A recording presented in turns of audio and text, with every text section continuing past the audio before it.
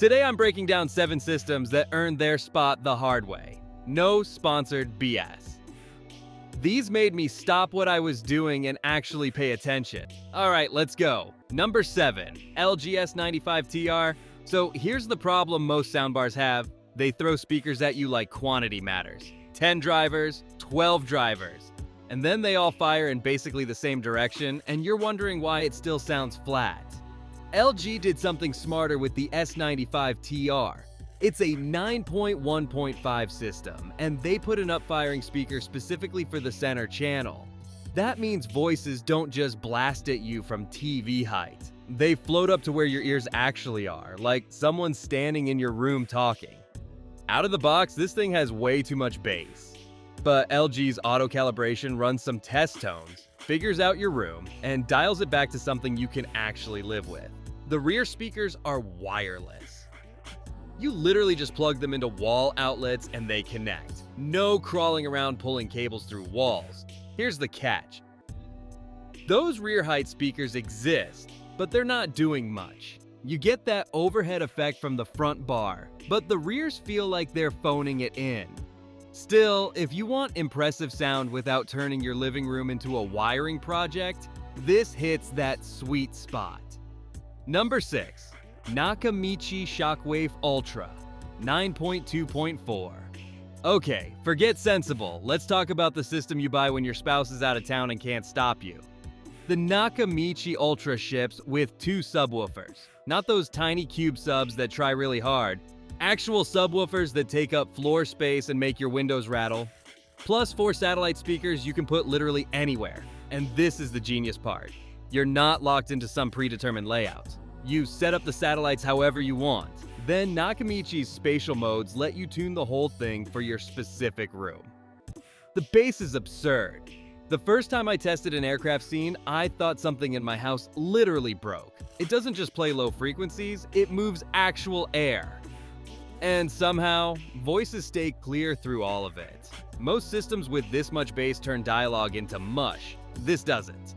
Now gamers, it does 4K 120Hz pass-through, so your PS5 and Xbox Series X work fine.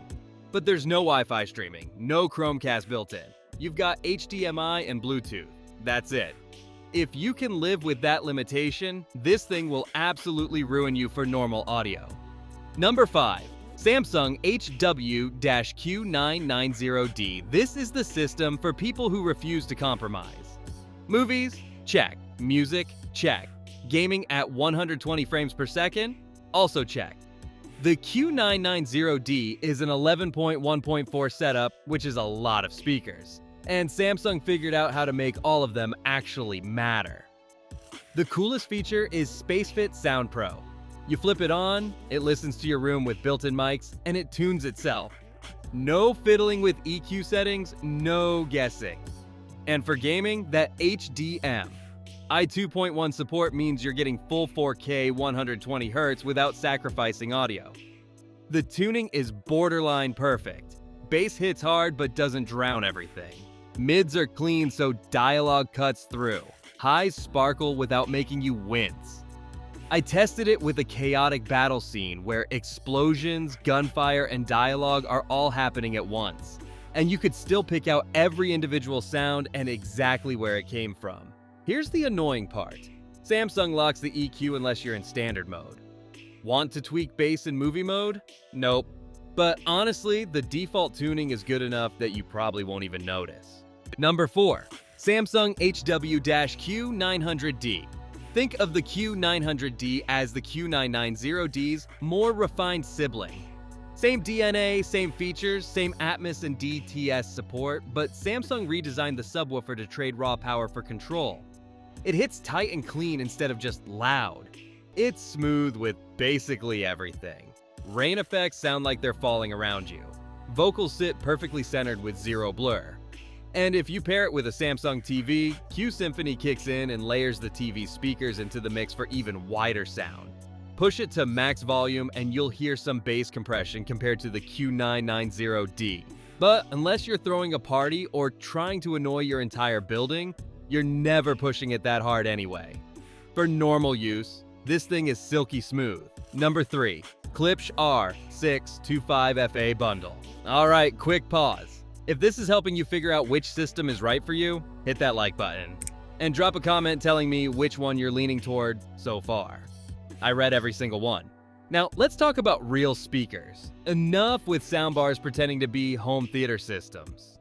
The Klipsch R-625FA is a floor-standing tower with Atmos up-firing drivers built right into the top. You get height effects without drilling holes in your ceiling. Each tower has those signature Klipsch copper woofers, and they deliver bass that physically hits you in the chest. A proper bundle includes these towers up front, bookshelf speakers for surrounds, a center channel that actually makes dialogue intelligible, and a subwoofer that can move serious air. Hook it all up to a decent AV receiver with room correction, and you've built something that no soundbar on earth can touch. Fair warning, this is not plug and play, you're running speaker wire. You're spending time getting placement right. But once it's dialed in, you've got true hi-fi sound. Concert-level dynamics, separation so good you can point to where each instrument is in the mix, and bass you feel in your bones. Number 2. Sony Bravia Theater Quad. This one breaks all the rules, and somehow it works. The Bravia Theater Quad is 4 fabric-covered speakers. That's it. No soundbar, no center channel, just 4 little boxes you can put anywhere. Sony's spatial processing does all the magic. And here's where it gets weird. Even though there's no center speaker, dialogue locks perfectly in place. Voices sound like they're coming from your TV screen even though there's no speaker there. It's all phantom imaging, and it's freaky how well it works. I tested it with scenes full of overhead effects, things flying, rain falling, helicopters passing overhead. I kept looking up even though I knew there weren't any ceiling speakers. The spatial mapping is that convincing. Your brain gets completely fooled. Setup is stupid simple. Plug in the 4 speakers, let Sony's calibration do its thing, done. Add the optional SW5 subwoofer, and you've got bass to back it all up. Without the sub, low end is polite at best.